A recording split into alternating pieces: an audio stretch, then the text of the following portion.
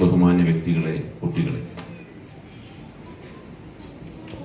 ഞാൻ Vattappara SUT medical കോളേജിലെ ortho വിഭാഗം പ്രൊഫസറാണ്. സാഹിത്യത്തിൽ ചെറിയ താല്പര്യമുള്ളൊരു വ്യക്തിയാണ്.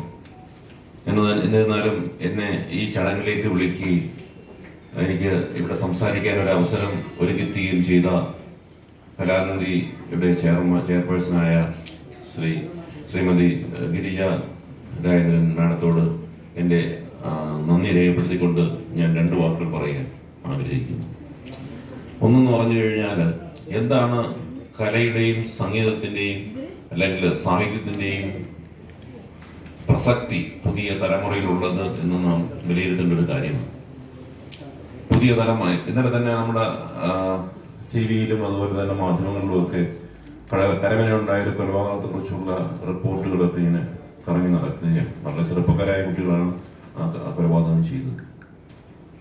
അതുകൊണ്ട് തന്നെ പല കാര്യങ്ങളും നമ്മുടെ സ്കൂളുകളിലായാലും കോളേജുകളിലായാലും ഒക്കെ നമ്മൾ തിരിച്ചറിയുന്ന പല കാര്യങ്ങളും ഉണ്ട്. ഇതുപോലെ പുതിയ തലമുറയെ കുറച്ചുകൂടെ സംസ്കാര സമ്പന്നരായിട്ട് വളർത്താൻ കലയ്ക്കും സംഗീതത്തിനും സാഹിത്യത്തിനും വളരെയധികം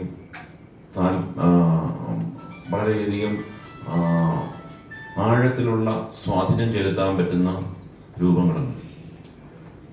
കുട്ടികളെ ഒരു ബോയിലർ കോഴിയോ പോലെ വളർത്തിക്കൊണ്ടുവരാനും അവരെ പഠിപ്പിക്കാൻ വേണ്ടി മാത്രം നിർബന്ധിക്കുന്ന ഒരു സാമൂഹ്യ വ്യവസ്ഥയുടെ പരാജയമാണ് ഇന്ന് കാണുന്നത്.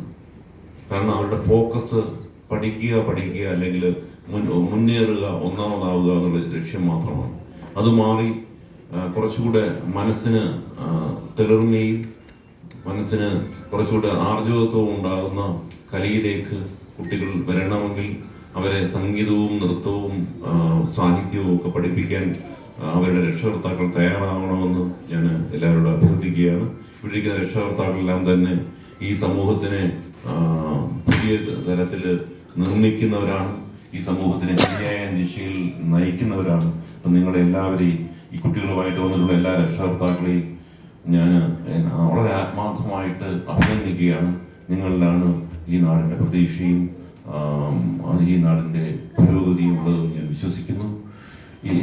ഈ പരിപാടിയിൽ പങ്കെടുക്കാൻ എത്തിയ എല്ലാവരെയും അഭിനന്ദിച്ചുകൊണ്ട്, നിങ്ങൾ പുതിയൊരു കാലത്തെ ആണ് മുന്നോട്ട് വരുന്നതെന്ന് ഞാൻ ആത്മാർത്ഥമായി വിശ്വസിച്ചുകൊണ്ടും എല്ലാവർക്കും നന്ദി പറഞ്ഞുകൊണ്ടും ഞാൻ എൻ്റെ വാക്കുകൾ അവസാനിപ്പിക്കുന്നു. നമസ്കാരം.